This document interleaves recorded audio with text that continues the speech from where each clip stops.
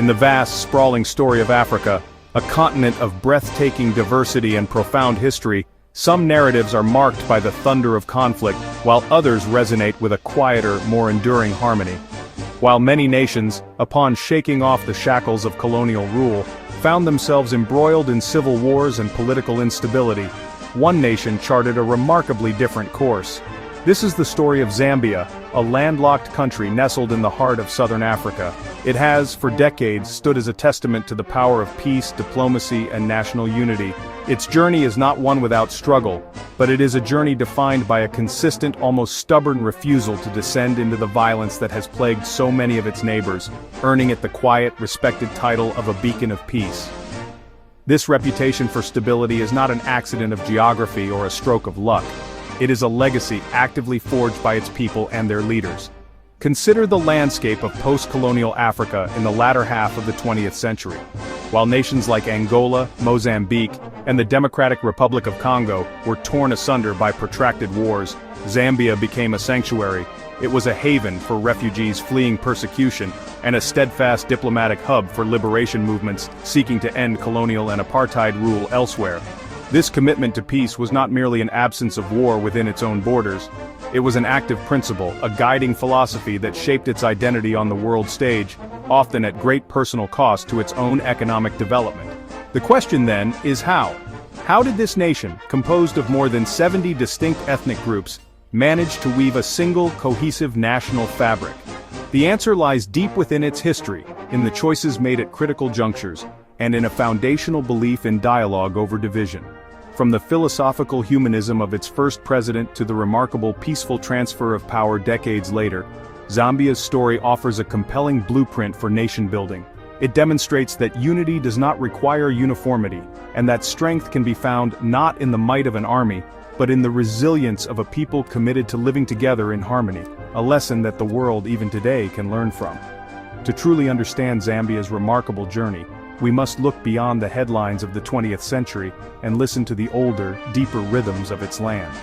We must travel back to a time before colonial maps were drawn, to the ancient migrations and the rise of sophisticated kingdoms that laid the groundwork for the nation we see today. It is here in the pre-colonial era that the seeds of trade, diplomacy, and complex social structures were first sown. These ancient roots provided the soil from which a modern, peaceful nation could grow, proving that the past is never truly past. It is the foundation upon which the present is built and the future is imagined. Long before the arrival of Europeans, the land we now call Zambia was a crossroads of human movement and civilization. The earliest inhabitants were the Sand people, hunter-gatherers who left behind a legacy of beautiful rock art, faint whispers of a life lived in deep connection with the natural world.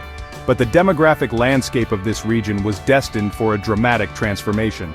Beginning around the 4th century, waves of Bantu-speaking peoples began migrating from the north and west, bringing with them new technologies like ironworking and settled agriculture.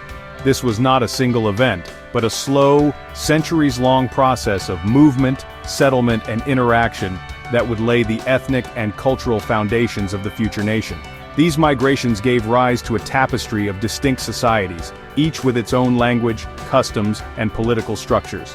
Over time, some of these groups consolidated their power, forming influential kingdoms that controlled vast territories and sophisticated trade networks. Among the most prominent were the Lozi people in the west, who established a powerful kingdom in the fertile floodplains of the Zambezi River. Their society was intricate, led by a monarch known as the Litunga, and was renowned for its complex legal system and the spectacular Kuomboka ceremony, a traditional procession that continues to this day, marking the movement of the king from the floodplain to higher ground. In the north and east, another great power emerged, the Bemba Kingdom. Originating from the Luba-Lunda states in the Congo Basin, the Bemba established a formidable, centrally organized state built on military strength and a matrilineal system of succession. They controlled crucial trade routes, dealing in goods like ivory, copper, and unfortunately, slaves, connecting the interior of Africa to the coastal traders on both the Indian and Atlantic Oceans. Alongside the Lozi and Bemba, other significant groups like the Chiwa, Tonga, and Ngoni also carved out their own domains, creating a dynamic mosaic of interacting cultures across the land. sometimes competing, sometimes cooperating. These pre-colonial states were not isolated entities. They were connected by extensive networks of trade and diplomacy, forging relationships that transcended ethnic lines. Copper, mined in the region for centuries, was a particularly valuable commodity, used for both currency and art. This long history of interaction, of negotiating territory and trading goods, fostered a culture of dialogue and exchange. While conflicts certainly occurred, the peoples of this land had a deep-seated experience of living alongside one another, of building societies, and of navigating complex intergroup relations long before the concept of a single Zambian nation was ever conceived. It was this ancient heritage of diplomacy and coexistence that would prove to be an invaluable resource in the turbulent century to come. The late 19th century brought a new, transformative force to the region, one that would irrevocably alter its destiny. Driven by a thirst for resources and imperial ambition, the British arrived, not initially as a government, but in the form of Cecil Rhodes's British South Africa Company. Through a series of treaties often poorly understood by the local chiefs who signed them, the company gained control over vast mineral rights and administrative power. The territory was divided into northwestern and northeastern Rhodesia, separate administrative zones that were later amalgamated in 1911 to form Northern Rhodesia, the entity that would one day become Zambia. The era of colonial rule had begun, and with it, a new economic and social order was imposed upon the land. The primary engine of this new order was copper. While copper had been mined for centuries, the industrial scale of extraction introduced by the British was unprecedented. The discovery of immense sulfide ore deposits in the 1920s led to the creation of the Copper Belt, a region in the north that quickly became one of the world's most important sources of the metal. This mineral wealth, however, flowed overwhelmingly outwards, enriching the coffers of the company, and later the British Crown, while the local population was largely relegated to the role of cheap labor. A new society emerged, starkly divided along racial lines, with European administrators and miners living in comfort, while African workers endured harsh conditions, low wages, and systemic discrimination. This industrialization had a profound and lasting social impact. To work the mines, men were drawn from villages all across Northern Rhodesia and beyond, leaving their traditional agricultural lives behind. They were housed in large, crowded compounds, where people from dozens of different ethnic groups were thrown together for the first time. In this melting pot of the Copper Belt, a new consciousness began to form. Away from the village and the authority of the chiefs, workers began to see that their grievances, poor pay, dangerous work, and lack of respect, were shared. A common identity, one based on their shared experience as African workers rather than on their ethnic origins, started to take root. It was in this crucible of industrial exploitation that the seeds of nationalism were sown. The harsh realities of the colonial system, combined with the new social dynamics of the mine compounds, created fertile ground for organized resistance. Early welfare societies and trade unions began to form, initially to address immediate workplace grievances but gradually evolving into more overtly political organizations. The colonial administration had, in its quest for copper, inadvertently created the very conditions that would lead to its own undoing. It had brought together a diverse population, given them a common cause, and laid the groundwork for a unified movement that would soon demand not just better wages but freedom itself. The years following the Second World War saw a surge of political awakening across Northern Rhodesia. The shared experiences in the copper mines and urban centers had fostered a sense of collective identity that transcended old ethnic boundaries. The return of soldiers who had fought for the British Empire in faraway lands, only to come home to the same systemic discrimination, further fueled the desire for self-determination. The first major political force to channel this growing discontent was the Northern Rhodesia African National Congress, later renamed the African National Congress, or ANC, founded in 1948.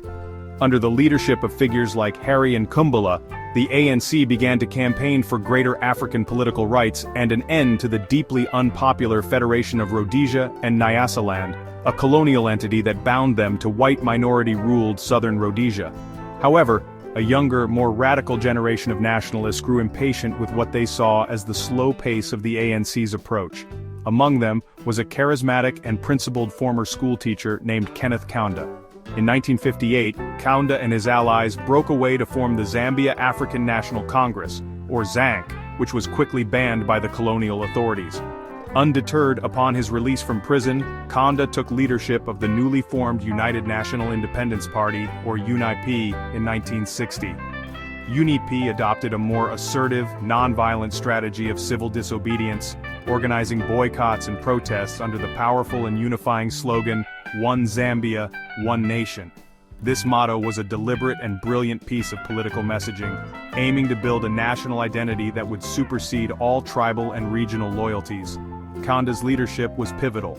He traveled tirelessly across the country, his calm demeanor and message of unity resonating deeply with people from all walks of life. His philosophy of Zambian humanism, a blend of Christian socialism, traditional African values, and a profound belief in the worth of every individual, provided the moral and ideological foundation for the independence movement. He skillfully navigated the complex political landscape, uniting various factions under the single, powerful goal of sovereign statehood. UNIP's grassroots organizing, particularly in the urban centers and the Copper Belt, created a mass movement that the British administration could no longer ignore. The tide of history was turning, and the call for freedom was becoming an unstoppable roar. The relentless pressure from UNIP, combined with a changing global attitude towards colonialism, finally forced Britain's hand. The Federation of Rhodesia and Nyasaland was dissolved at the end of 1963, paving the way for independence. In January 1964, elections were held, and UNIP won a decisive victory. On the 24th of October 1964, the British flag was lowered for the last time, and the new flag of Zambia was raised amidst jubilant celebrations. Kenneth Kaunda became the first president of a new, independent nation. The long and arduous road to freedom had reached its destination, but the even greater challenge of building a prosperous and peaceful nation had just begun. With independence secured, President Kenneth Kaunda and his UNIP government embarked on an ambitious project of nation-building, guided by the philosophy of Zambian humanism. A key pillar of this ideology was economic self-reliance. Kaunda believed that true political independence was impossible without control over the nation's economic destiny. This led to a sweeping program of nationalization. In the late 1960s and early 1970s, the state took controlling stakes in key industries, most notably the vast copper mines, creating a massive parastatal sector. The goal was to use the nation's mineral wealth to fund education, healthcare, and infrastructure for all Zambians, correcting the deep inequalities inherited from the colonial era. For a time, with high copper prices, this state-led model appeared to be working, bringing tangible improvements to the lives of many. On the international stage, Zambia carved out a courageous and principled foreign policy. As a frontline state bordering white minority-ruled territories like Rhodesia, now Zimbabwe, Southwest Africa, now Namibia, and apartheid South Africa, Zambia became a crucial supporter of liberation movements across the region. President Kaunda offered sanctuary and support to organizations like South Africa's African National Congress and Zimbabwe's ZAPU and ZANU. This stance, while earning Zambia immense respect across Africa and the world, came at a tremendous economic and security cost. The country faced military incursions, sabotage, and severe disruptions to its vital trade routes, yet it never wavered in its commitment to the total liberation of the continent. However, the ideals of the early years soon collided with harsh realities. The economy's over-reliance on a single commodity proved to be its Achilles heel. When global copper prices plummeted in the mid-1970s, the Zambian economy went into a steep decline from which it struggled to recover. The state-run industries, often plagued by inefficiency and mismanagement, became a drain on public finances rather than a source of wealth. Simultaneously, Kaunda's government, in an effort to maintain stability and national unity, declared Zambia a one-party state in 1972. While intended to prevent ethnic divisions from fracturing the young nation, this move stifled political dissent and concentrated immense power in the hands of the president and the ruling party. By the late 1980s, Zambia was facing a severe crisis.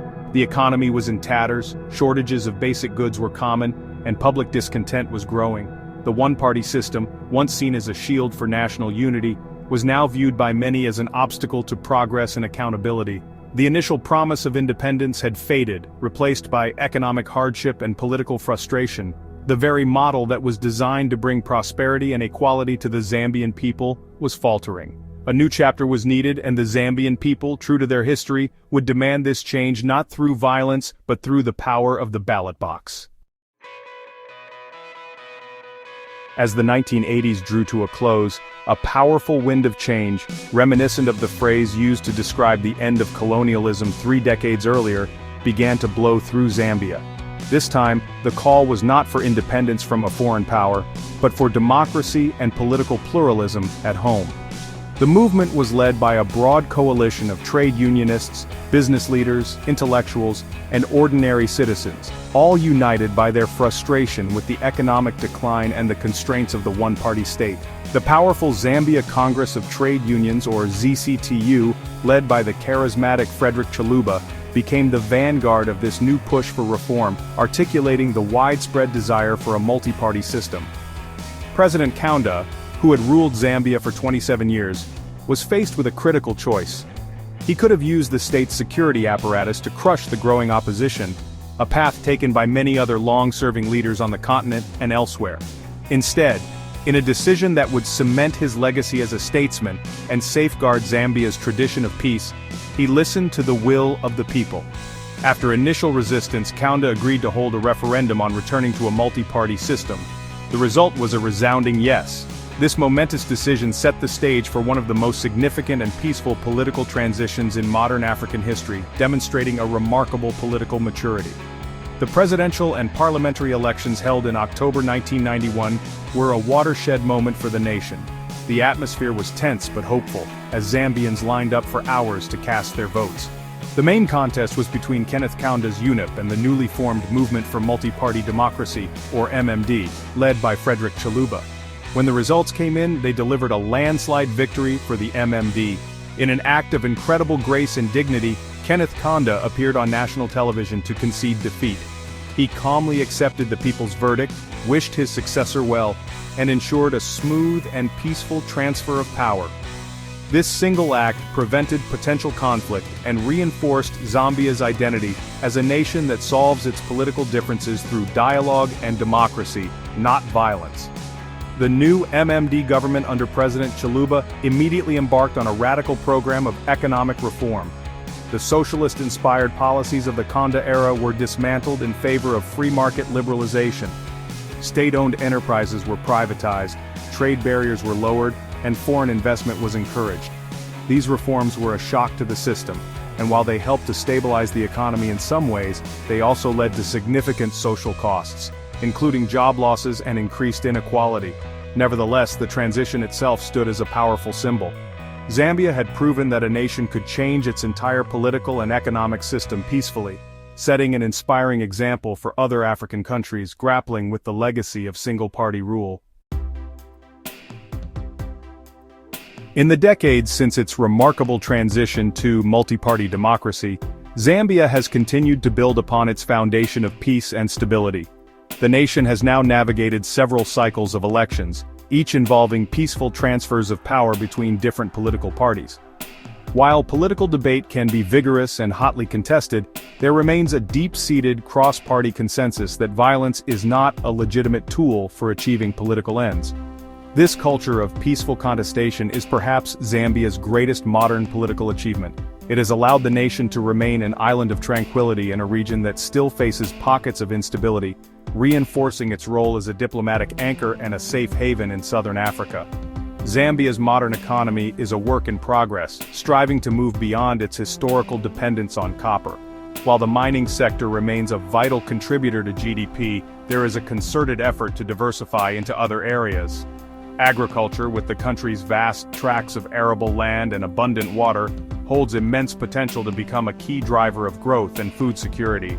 Tourism is another burgeoning sector, drawing visitors from around the world to witness natural wonders like the magnificent Victoria Falls and to experience the pristine wilderness of its many national parks.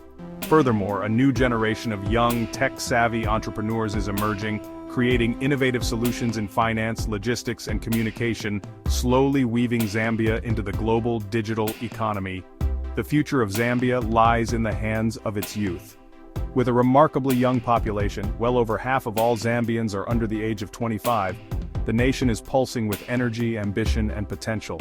This demographic dividend presents both an opportunity and a challenge. Harnessing this youthful energy requires significant investment in education, skills training, and job creation to ensure that young people can build prosperous futures for themselves and their country. Their engagement with technology and social media is also transforming the social and political landscape, creating new platforms for expression, debate, and civic participation, ensuring that the next generation has a powerful voice in shaping the nation's direction. Of course, challenges remain. Poverty, inequality, and the need for further economic diversification are pressing issues that future governments must address. Yet when viewed through the long lens of history, Zambia's story is one of extraordinary success. From its ancient kingdoms and the trauma of colonialism, to the idealism of independence and the mature embrace of democracy, it has consistently chosen the path of peace. In a world often fractured by division and conflict, Zambia's journey offers a quiet but powerful message that a nation's true wealth lies not in its minerals beneath the ground, but in the unity and resilience of its people. Its legacy of peace is not just a chapter in African history, it is a lesson for all humanity.